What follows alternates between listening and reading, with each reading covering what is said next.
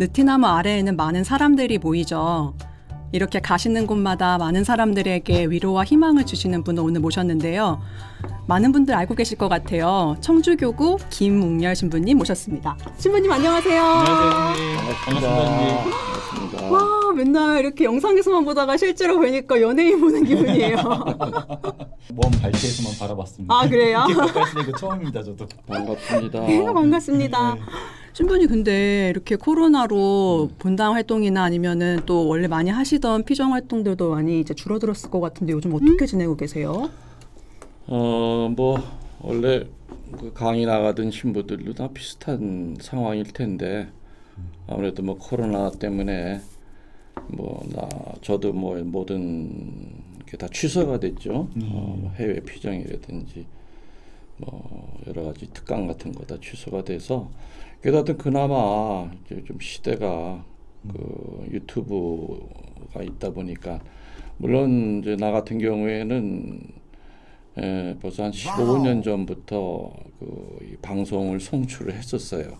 평화 방송보다 내가 더 먼저 평일 강론 이런 걸 했기 때문에 사실은 노하우는 많이 축적이 돼 있었죠. 뭐 기계라든지 그래서 뭐 우스갯소리로 평화 방송 지난번에 와서도 우리 보더니 와 어떻게 이런 걸 다 준비를 하셨냐고 뭐 그럴 정도로 오랫동안 했기 때문에 이렇게 무슨 유튜브라든지 아니면 생방송 진행하는데 어려움은 없었어요. 미리 다 우리 이미 했었기 때문에 다만 이제 그 전보다는 아무래도 사람들이 밖에 나가질 못하다 보니까 그 메마르고 그 어떤 영적으로 힘든 부분을 소문을 듣고 이제 유튜브를 들어보다 보니까는 훨씬 더 듣는 사람들이 많아졌다는 거죠. 그래서 저는 이제 사실은 일주일에 4번 평일 미사 때 화요일, 수요일, 금요일, 일요일 4번 강론을 하는데 평일 미사 때 강론도 보통 한 30분에서 40분 거의 뭐 특강식으로 합니다. 그리고 뭐 주일 날도 생방송 하면서도 뭐 한 30분 이상 주제를 정해서 물론 그날에 맞는 복음을 이렇게 합니다. 뭐 엉뚱한 얘기는 하진 않고 그래서 그것이 지금은 뭐 이제 유튜브 들어와 보신 분 알겠지만은 거의 뭐 라이브러리처럼 이게 굉장히 분량이 굉장히 상당히 많을 겁니다. 그리고 또 예전에 그 해외에서 했던 또 많은 그 피정들을 그분들은 항상 해외에서 강의하면은 반드시 촬영을 하죠. 허락하에. 그래서 그거를 이제 유튜브에다 올려서 뭐 보통 뭐 4일 정도 하면은 하루에 한 4시간 정도 하면은 한 10시간 이상 뭐 미국 어느 성당에서 이제 그런 것까지 다 합쳐서 그래도 이 어려운 시대에 그래도 그렇게 그 어떤 매스미디어가 통해서 그래도 어떤 신자들에게 희망과 위로를 주고 있으니까 참 다행이라고 생각이 듭니다. 그렇게 살고 있습니다. 오래전부터 1인 미디어로서 그 입지를 많이 다지고 오셨던 것 같아요. 신부님을 처음 뵙는 분도 계실 것 같은데 간략하게 소개를 좀 해드리면은 1983년도에 서품 받으셨고 그리고 그 뒤에 교정사목, 군종사목 또 원목사목을 거치셔가지고 여러 본당에서 주임으로 사목을 하시다가 또 감곡 매교의 성모 순례지, 진천 베티 성지 그리고 지금은 서운동 순교 성지에 주임 신부로 계십니다. 신부님 정말 지난 시간들이 굉장히 여러 종류의 사목들을 하셨는데 지나게 돌이켜 보시니까 그 시간들이 어떠세요? 여러 분야에 삽목을 했죠. 했는데 지나고 보면은 한 번도 쉬웠던 데는 없었지만 그래도 다 지나고 보면 다 그게 은혜로운 시간이었다 생각이 되고 그리고 또 이렇게 다양한 사목을 하다 보니까 자연히 할 얘기도 좀 많이 늪디다. 피정 때문에 보셨겠어요. 그래서 그 경험을 하는 그 순간은 고통스럽지만은 고통의 숫자만큼 할 얘기도 같은 거고 또 고통의 숫자만큼 행복의 숫자도 같지 않는가. 사제들에게는 특수사목을 굉장히 많이 했죠. 성지사목을 뭐 여기까지 3군데 하고 있고 교정사 또 뭐 꽃동네 원목 신부로도 있었고 또 여러 가지 많이 했지만은 또 군정 신부로도 이제 있었고 그 긴 세월 동안 뒤돌아보면은 내 힘이 아니었지 않는가 뭐 그런 생각이 들어요. 신부님 이제 6월이 예수 성심 성월이잖아요. 예. 근데 우리가 예수 성심이 정확히 무언지 잘 모르겠는 분들 많을 것 같아요. 예. 좀 쉽게 설명해 주시면 예수 성심이 뭔가요? 진짜 모르세요? 전 성심당이 제일 먼저 생각나는데. 아니, 거룩한 마음, 네. 예수 성심이라는 게 말 그대로 예수님의 거룩한 마음 그 뜻이죠. 내가 예를 하나 이제 들어드릴게요. 그런 얘기가 있어요. 아주 정말 못돼 먹은 자식이 호르몬이랑 살고 있었는데 이 자식의 꿈이 뭐였냐면은 산적이 되는 거예요. 산적. 그래서 산적 두목한테 가서 입회를 해달라고 하니까는 산적 두목이 뭔 조건을 걸었냐면 네 엄마 심장을 꺼내오라고 그랬어요. 그래서 심장만 꺼내오면은 내가 산적 될 수 있느냐? 될 수 있다. 어? 그래서 신이 나와서 칼을 갈아가지고 엄마한테 찾아가서 엄마 나 부탁이 있다. 뭐냐? 뭐든지 내가 다 해주겠다. 나 엄마 심장이 필요해. 그래야 산적이 될 수 있대.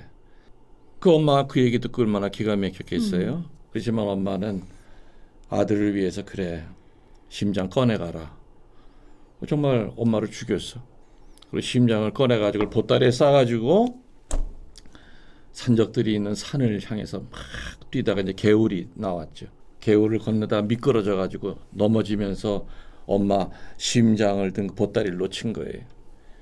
근데 그 엄마 심장이 든 보따리가 떠내려가면서 그 보따리 안에서 어떤 말이 나오느냐. 얘야 너 다치지 않았니? 그런 거예요. 응? 그 엄마가 그때 그 얘기를 듣고 그 개망나니 아들은 땅을 치고 통곡을 한 거죠.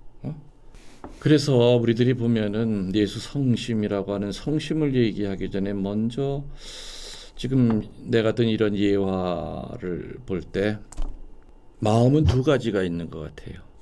2가지가 있는데 하나는 카인과 아벨의 마음 그런 마음이 있고 또 하나는 예수님의 마음 있지 않는가 그런 생각이 듭니다.